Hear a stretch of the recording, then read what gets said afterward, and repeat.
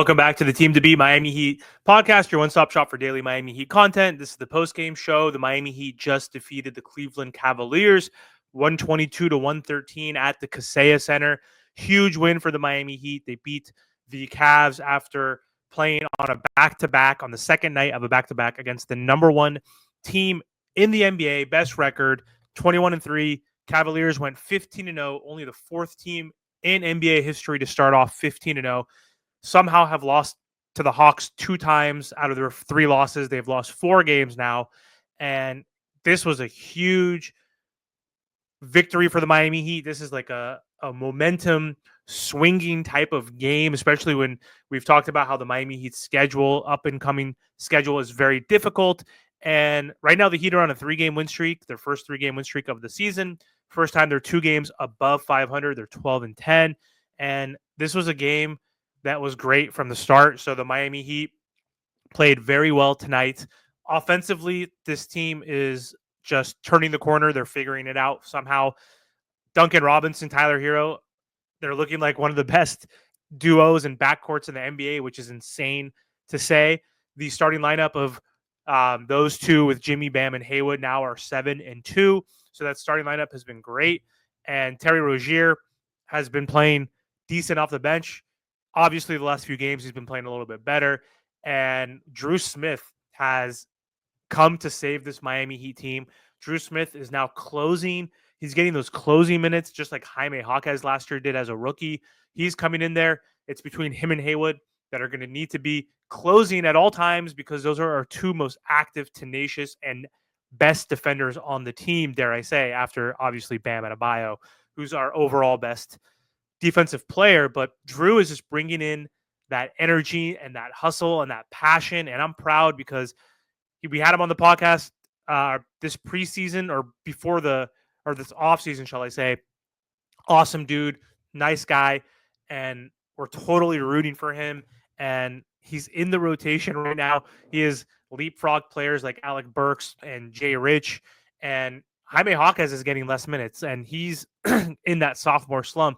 And he might lose minutes too, especially in general to Pele Larson, who's more comparable to Jaime. But someone's going to be needing to lose minutes because Pele Larson was out today with an injury. He'll be back in the rotation. And having guys like Pella and Drew and Haywood in the mix is going to help this team with that passion that they need on the defensive end, bringing us back to our identity of being a defensive team. But anyway, the Miami Heat's offense has been cooking lately, and we're scoring a ton of points. 122, 119 the night before, 134 against the Lakers. This is just clicking right now with the Miami Heat, especially Tyler Herro, who's been amazing. Tyler Herro had 19 points in that third quarter. He has been amazing this season. He's been our best player. 34 points, 6 rebounds, 7 assists. His playmaking, his passing skills have improved. Also, his defensive ability. He's not getting hunted every single game now. There are opportunities where he can be hunted, obviously, by superstar, all-star type players, but still, he's holding his own on the defensive end. He's efficient and healthy. That is 2 of his biggest knocks, where you're inefficient, and because of that, you're inconsistent, and you're always hurt, and you're injury prone or prone to injury, whatever. But he is playing with that chip on his shoulder. He's playing aggressive, and he's playing efficient. 10 for 19 from the field, 5 for 9 from 3. He was 9 for 9 from the free throw line. That is what I'm talking about. I was talking about this yesterday, saying that Herro had 17 points, no free throws. If he can get 5-6 free throws per game, he is going to be able to maintain or even get more than 24 points per game. 9 for 9. That is what I'm freaking talking about. Great game by Tyler Herro. Bam Adebayo, great game. Didn't score a ton, but still efficient. That's all that I care about. And looking for a shot, not being passive, not in his head. Attacking Jared Allen, who's a really good defender too, and Mobley before he got hurt. 16 points, 13 rebounds, 6 assists. His playmaking has been amazing this season. 2 for 4 from 3. Hit a big one in that fourth quarter with no hesitation from an assist from Tyler Herro. No free throws. He had 1 block, only 1 turnover. Huge assist-to-turnover ratio for Bam Adebayo. Did everything on the floor. Defensively was great. Rebounding, of course, was there. So big game for Bam. He is out of that shooting slump so far, and he's going to just come back, and he's going to be better than ever. I'm excited for Bam. Jimmy Butler, is he washed? I don't freaking think so. If we can get this type of effort and this type of aggression from Jimmy Butler or engagement throughout an entire game, this is all we need from Jimmy Butler. We don't need him to score 25 points. We got Tyler Herro doing that for us, baby. Jimmy Butler, 18 points, 3 rebounds, 5 assists. So he's playmaking. He's getting some buckets. Always efficient. 6 for 12 from the field, 50%. Second most efficiency for a non-center in the NBA behind Norman Powell. Freaking Jimmy Butler, baby. At age 35, still doing it. 6 for 8 from the free throw line. If you can give us anywhere between 10 to 14 field goals, get us 5 to 10 free throws, Jimmy Butler, per game, and give us like 17, 18, 20, 22 points per game, as long as Tyler's cooking, as long as Bam is getting back into the right direction, and as long as Duncan freaking McBride Robinson, who had a dunk in the game, stole the ball from Jared Allen, top of the three-point line. He had the ball above his head, swiped it, stripped him, went down for the dunk. Beautiful play by Tyler or Duncan. 23 points, 3 rebounds, 1 assist. He had 19 points last game.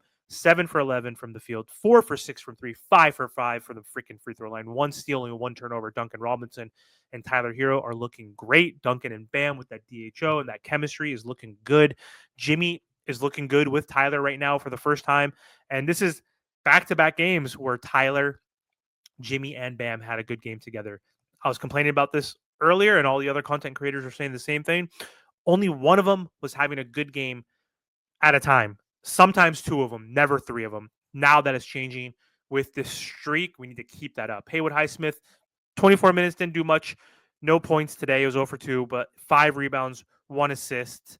He didn't play as much because Drew Smith got a lot of playing time off the bench, and Terry Rozier did too. So Terry Rozier off the bench looked good today. Took some bad shots like he normally does, but that's Terry. Hey, what could we do?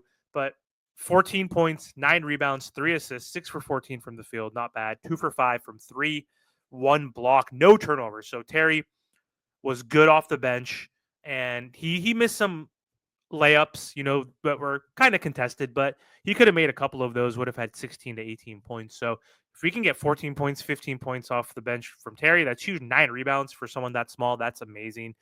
Drew Smith, man of the hour, the guy that everybody owes an apology to, especially on Heat Twitter. We see that people are apologizing, but 11 points, 4 rebounds, 2 assists, all 11 in the fourth.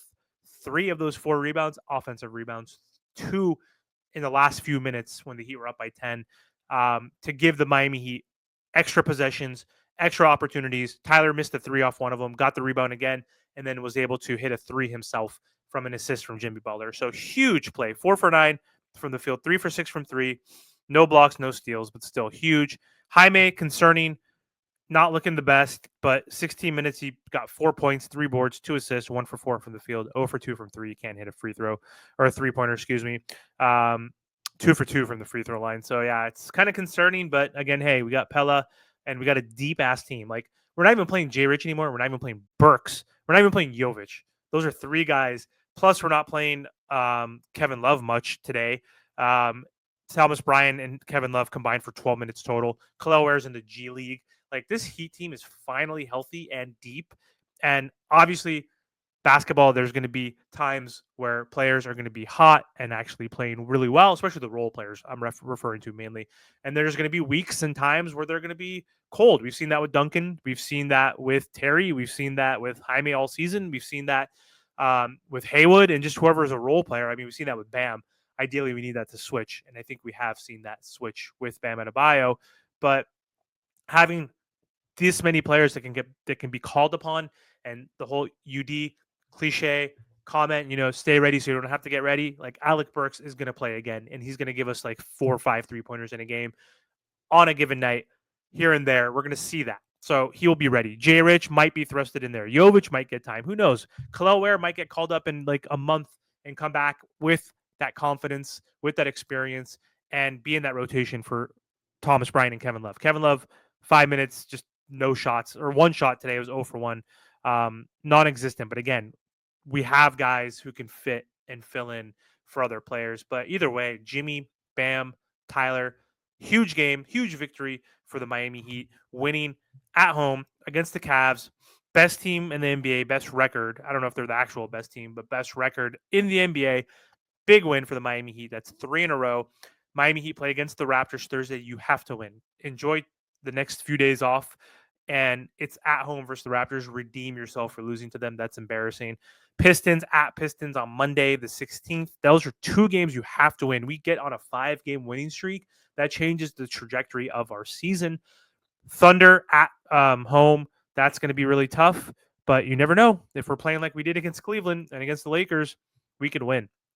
Then we play the Magic. They're not going to be with Franz or Paolo, so that's huge. Nets and then Magic. So ton of tough games, but very winnable games now, especially because Franz is hurt, especially now that we've beaten the Cavs and the Suns, 2 of the better teams, in this like 7 or 8 game stretch. So huge win for the Miami Heat. Miami Heat are now, they're the 5th seed, 12-10. The Bucks are right behind them. Hawks have dropped now. They're 13-12. Thank you. I don't like seeing the Hawks ahead of the Heat ever. Nets are 8 at 10-14. Geez, the East is bad. 8th place is 10-14 this season. That's wild. So anyway, I'm happy. I'm pumped. I'm ecstatic. Let's go Heat. We're back. I'm going to be delusional and biased again now.